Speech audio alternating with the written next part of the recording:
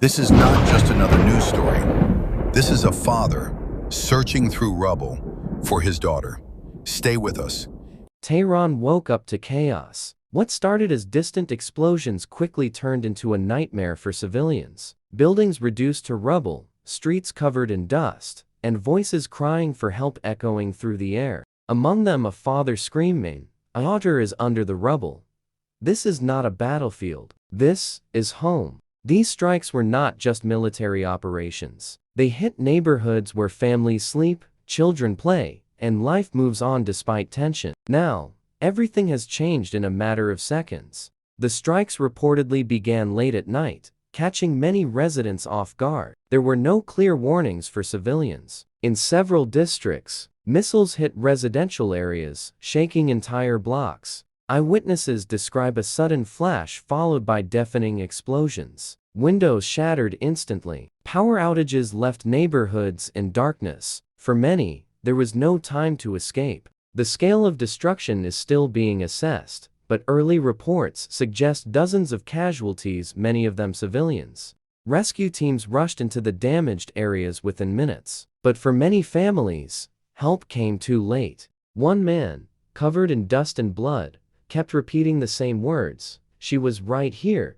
his daughter, trapped under layers of concrete. Moments like this define the human cost of war, not numbers, but lives shattered in seconds. Hospitals are now overwhelmed. Doctors are working non-stop, treating injuries ranging from fractures to severe burns.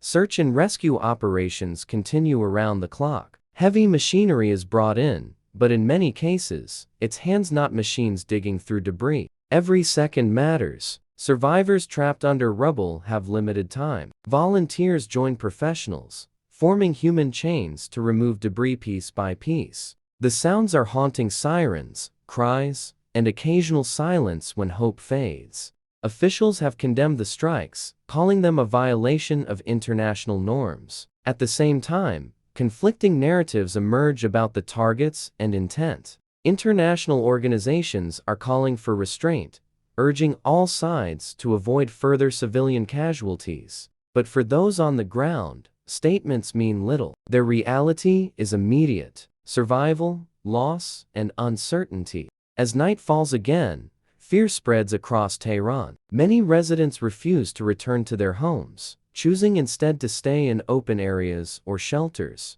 Parents hold their children tightly, unsure of what the next hours may bring. Social media fills with videos of destruction, spreading panic beyond the affected areas. This is no longer just an isolated incident. It's a city living in fear.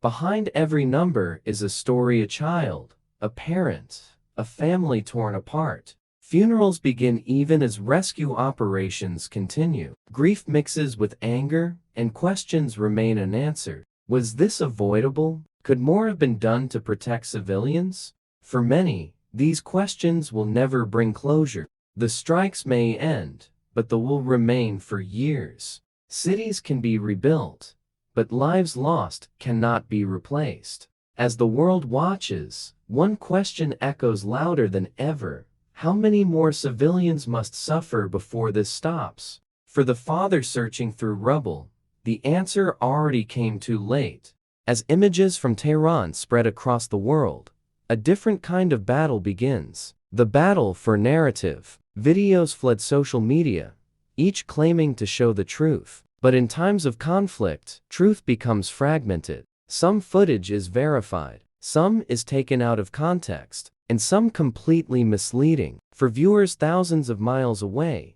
it becomes almost impossible to separate reality from manipulation. Meanwhile, for those on the ground, there is no confusion. The is real, the pain is real, and no narrative can change what they have lived through.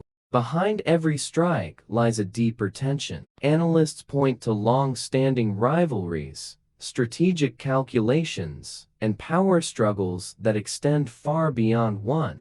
Statements from different sides contradict each other. Each claims justification. Each denies responsibility for civilian harm. But geopolitical strategies rarely account for the human cost. For families in Tehran, these decisions made far away have immediate and devastating consequences. Even after the explosions stop, the fear does not disappear. It lingers, in silence, in every sudden sound that makes hearts race again. Children struggle to sleep. Parents stay awake, listening for signs of danger. Normal life becomes impossible when uncertainty dominates every moment. This is the invisible impact of conflict, the psychological scars that remain long after the physical damage is gone.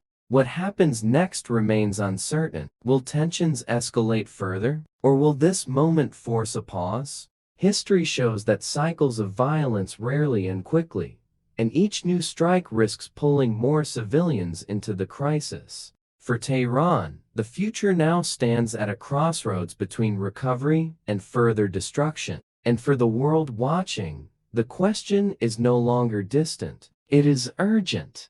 Amid there are still moments of hope. Rescuers continue to pull survivors from beneath the rubble, each life saved becoming a rare but powerful victory. Neighbors help neighbors. Strangers become family in moments of crisis. Food, water, and support are shared among those who have lost everything. Even in the darkest, humanity refuses to disappear. These small acts of courage remind us that even in destruction, there is still hope.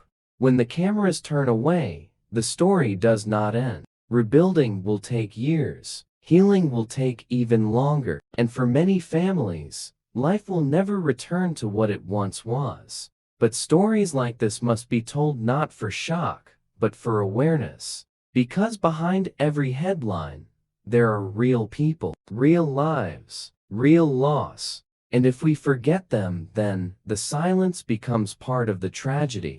The explosions may stop, but for many families, the pain will remain. If this story moved you, don't forget to like, subscribe, and share the truth.